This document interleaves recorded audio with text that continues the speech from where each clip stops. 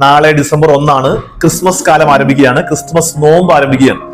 നമ്മൾ ധാരാളം പുണ്യ പ്രവൃത്തികൾ ചെയ്യാൻ പരിശ്രമിക്കുന്ന, പള്ളിയിൽ മുടങ്ങാതെ വരാൻ ശ്രദ്ധിക്കുന്ന ഒരു കാലമാണ്. 25 ദിവസങ്ങളിലും നമ്മൾ കുറെ കൂടി നന്മയുള്ളവരായിട്ട് ജീവിക്കാൻ, ഈശോയുടെ ജന്മത്തിന് വേണ്ടി ഒരുങ്ങാൻ നമ്മൾ പലപ്പോഴും പരിശ്രമിക്കാറുണ്ട്. നാളെ മുതൽ നമ്മുടെ ജീവിതത്തിൽ നമ്മൾ എന്തൊക്കെ ചെയ്താലും ചെയ്തില്ലെങ്കിലും നമ്മളെ കൊണ്ട് എളുപ്പത്തിൽ ചെയ്യാൻ പറ്റുന്ന ഒരു കാര്യമാണ് എനിക്കിന്ന് വചനത്തിലൂടെ പറയാനുള്ളത്. സുഭാഷിതങ്ങളുടെ പുസ്തകം 3-ാമത്തെ അധ്യായം 6-ാമത്തെ വാക്യമാണ്. നിന്റെ എല്ലാ പ്രവൃത്തികളും ദൈവ വിചാരത്തോടു കൂടി ആയിരിക്കട്ടെ, അവിടുന്ന് നിനക്ക് വഴി തെളിച്ചു തരും. എന്ന് വെച്ചാൽ എന്താ അർത്ഥം? ദൈവ വിചാരത്തോടെ എല്ലാം ചെയ്യാൻ സാധിക്കട്ടെ.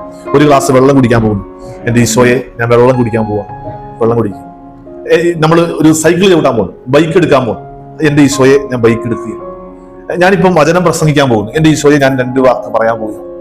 ദൈവ വിചാരത്തോടെ എല്ലാം ചെയ്യുക. ചിലപ്പോൾ 25 ദിവസവും നമ്മൾ പരിശ്രമിച്ച ചില സമയത്ത് മറന്നു പോകുമായിരിക്കും. പക്ഷെ അപ്പോൾ ഒന്നുകൂടെ ഓർമ്മിക്കാൻ സാധിക്കട്ടെ ഈ വചനം. നിന്റെ എല്ലാ പ്രവൃത്തികളും ദൈവ വിചാരത്തോടുകൂടി ആയിരിക്കട്ടെ, അവിടുന്ന് നിനക്ക് വഴി തെളിച്ചു തരും. ദൈവ വിചാരത്തോടെ കാര്യങ്ങൾ ചെയ്യാൻ പറ്റിയാന്നല്ല, ഓരോ സമയത്തും ചെയ്യേണ്ട കാര്യം എന്താണെന്നും ചെയ്യാൻ പാടില്ലാത്ത കാര്യം എന്താണെന്നും കർത്താവ് വഴി തെളിച്ചു തരികയും ചെയ്യും. ഈ 25 ദിവസം മനോഹരമായിട്ട് ഈശോയുടെ ജന്മത്തിന് വേണ്ടി ഒരുങ്ങാൻ സാധിക്കട്ടെ. ദൈവ വിചാരത്തോടെ ഒരുങ്ങാൻ സാധിക്കട്ടെ. ഈശോ നമ്മളെ സമൃദ്ധമായിട്ട് അനുഗ്രഹിക്കട്ടെ.